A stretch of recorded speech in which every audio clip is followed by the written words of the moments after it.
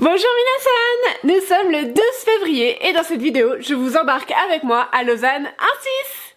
Ce week-end, c'est Japan Impact. En ça, je connais déjà cette convention puisque j'ai été invitée à l'édition de 2020. C'était suite à mon voyage d'1 an au Japon et donc lors de cette convention, j'ai donné des conférences conseils pour préparer son premier voyage au Japon. Et franchement, c'était une expérience incroyable, le staff était vraiment exceptionnel, les stands étaient super quali, les animations au top du top, et je pense que c'est ma convention Japon préférée, et je vais la découvrir en tant que commerçante. Mais, parce qu'il y a un petit mais, comme c'est une convention en Suisse, et ben cela impose des papiers à remplir, le passage à la douane, etc. etc. J'ai déjà préparé une liste avec tous les produits que je veux prendre avec la quantité exacte et donc aujourd'hui on va mettre tout ça en carton.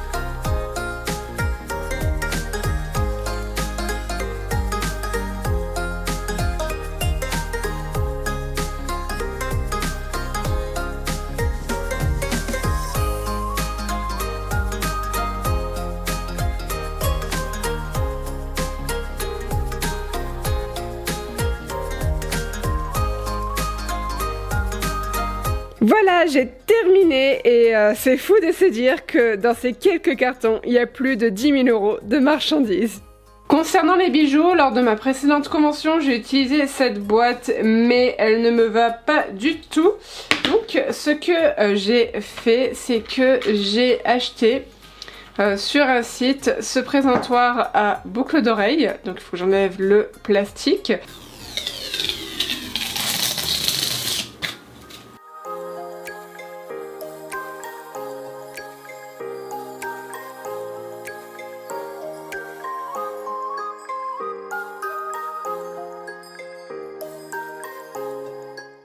Et voilà le résultat, je suis super contente, ça rend vraiment trop bien. En plus comme c'est transparent, je vais pouvoir voir ce que font les clients avec les bijoux. Alors il est assez petit, mais en soi, j'ai pas beaucoup de boucles d'oreilles pour l'instant, donc pour l'instant ça fera l'affaire.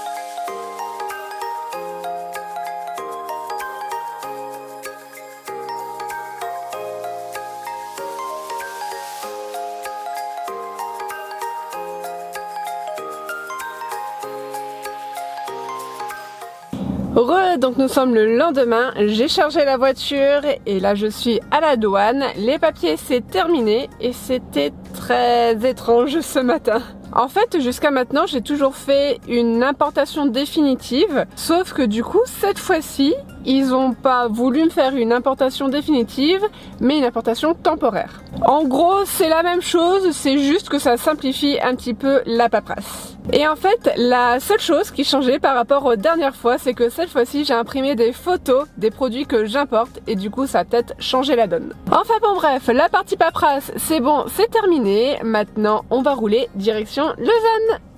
Et voilà mon emplacement de stand. Donc ce sont les deux tables qui sont là. Alors c'est vrai que je ne l'ai pas mentionné auparavant, mais Japan Impact se déroule dans une école polytechnique.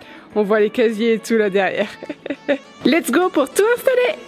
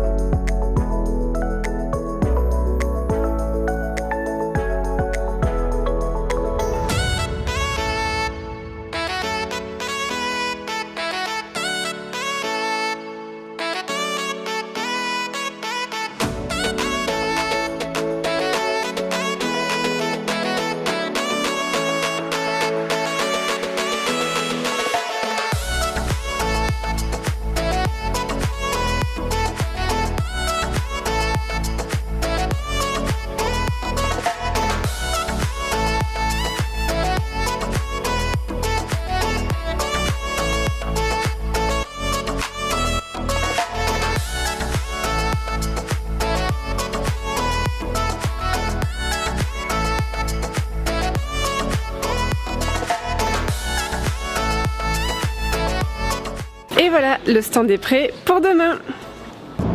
Nous sommes le samedi 15 février, c'est le premier jour de la convention et regardez qui c'est qui est venu avec moi. C'est juste pour garguer le paquebot dans Lausanne. N'importe quoi. Comme je le disais hier, c'est dans une école polytechnique et en soi le parking est quand même assez loin du stand. C'est d'ailleurs pour ça qu'hier j'ai mis autant de temps à monter le stand. Donc aujourd'hui on y va en avance. Là il est 7h49 et on doit y être pour maximum 9h15. Et qui machin? Alors on est arrivé, nous sommes en train de faire les branchements électriques. J'aimerais bien mettre le petit cadre pour les carnets effaçables. Yay, ça fonctionne! On nous a offert des chocolats suisses! Et voilà, le stand est prêt, terminé, il est 55, c'est parfait! Donc là de ce côté là les stickers. Alors ici j'ai mis une lumière, j'ai fait comme j'ai pu pour pouvoir éclairer cette partie là. Ici j'ai mis un petit panier à disposition. Comme ça, les gens peuvent prendre ce qu'ils veulent directement. Là ici, les washi tape avec le feuillet juste là. Et contrairement aux autres conventions, j'ai fait ici des boîtes à stickers roller. Comme ça, les gens ils peuvent piocher dedans et prendre ce qu'ils veulent. Ensuite, le reste n'a pas trop changé. Normalement, vous connaissez. Ici, c'est tous les carnets et les cahiers. De ce côté-là, les carnets effaçables. De ce côté-là, les pochettes en tissu. Là, j'ai ajouté le coin bijoux. Ici, les quelques furoshiki pour emballer. Et en dessous, les trousses. Et les furoshiki tout au fond.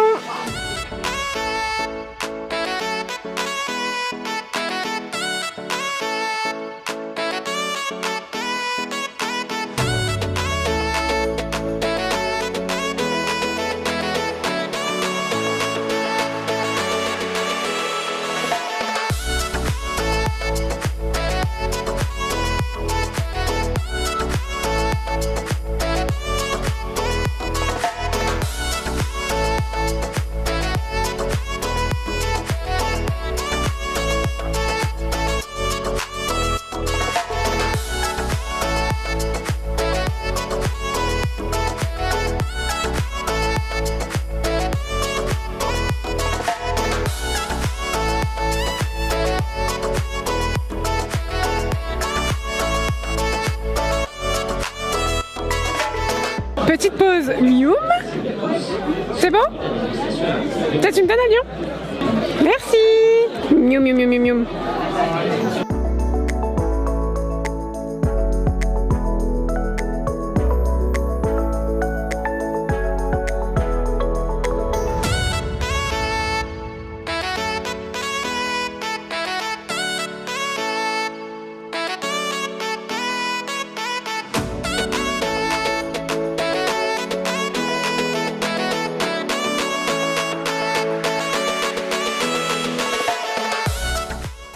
Alors, il est 19h45, cela ferme.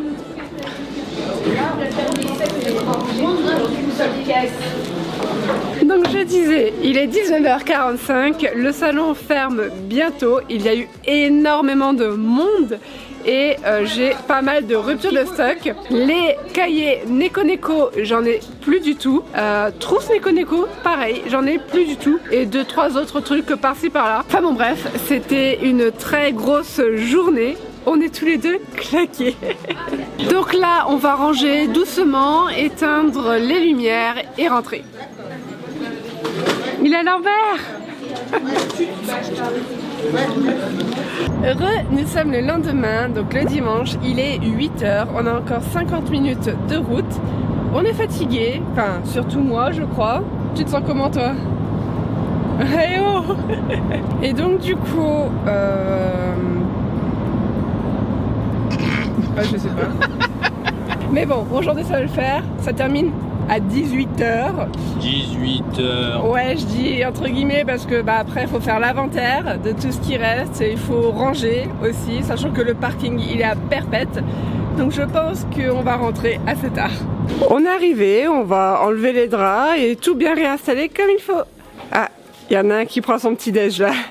Et avec la magie du montage, c'est bon, le stand est tout prêt. Il y a juste le cadre à installer. Mais mon chéri se fait alpaguer, voilà. Faire un petit tour le temps que monsieur termine d'installer tout ça. Là, ici, nous avons la meilleure voisine qu'on peut avoir. Alors, j'ai le temps de vlogger parce que j'exploite mon homme qui est là-bas, en train de travailler. Et donc, du coup, si vous ne connaissez pas sa boutique, voici son nom.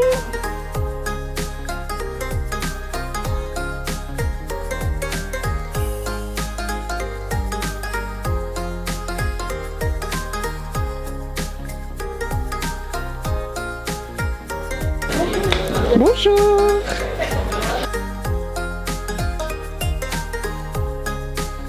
Voilà, il est 10 h, le stand est prêt. Mon homme a bien travaillé. Merci.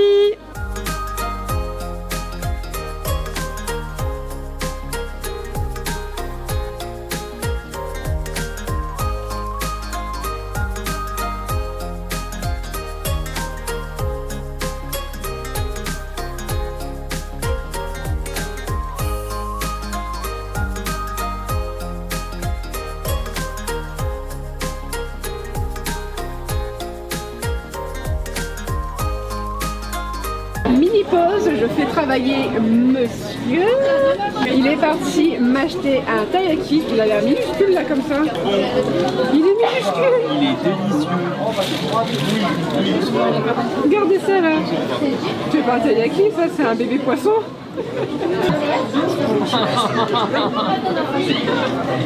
Ah mais c'est salé. Ah c'est fromage.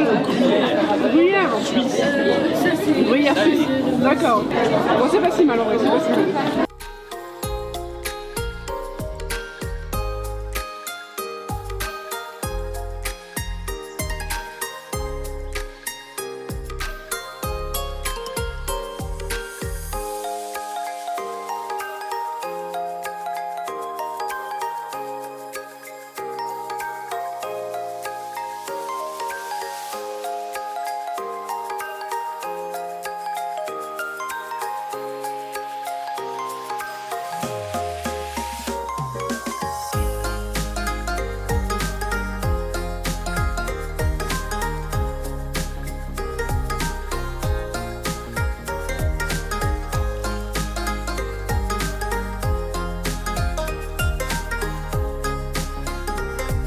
Et regardez celui qui est toujours en train de manger. Toujours. Ça y est, il est 18 h, c'est la fin, on commence à compter et ensuite on va devoir tout ranger.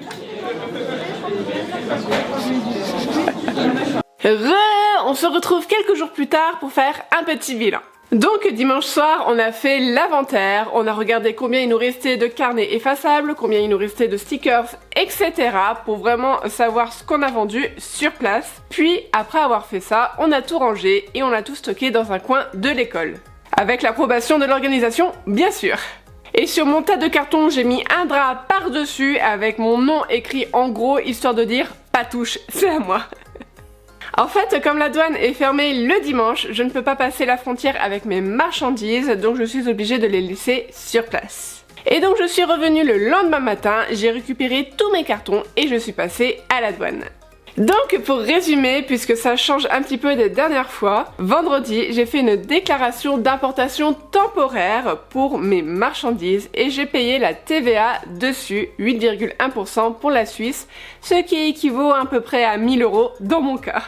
Dimanche soir, après Japan Impact, donc une fois à la maison, j'ai utilisé l'inventaire qui a été réalisé un petit peu plus tôt pour faire la déclaration d'importation définitive, cette fois-ci des marchandises qui ont été vendues sur place et qui donc restera sur le territoire suisse. Et à côté de ça, je fais une déclaration d'exportation des marchandises qui n'ont pas été vendues et qui reviennent en France.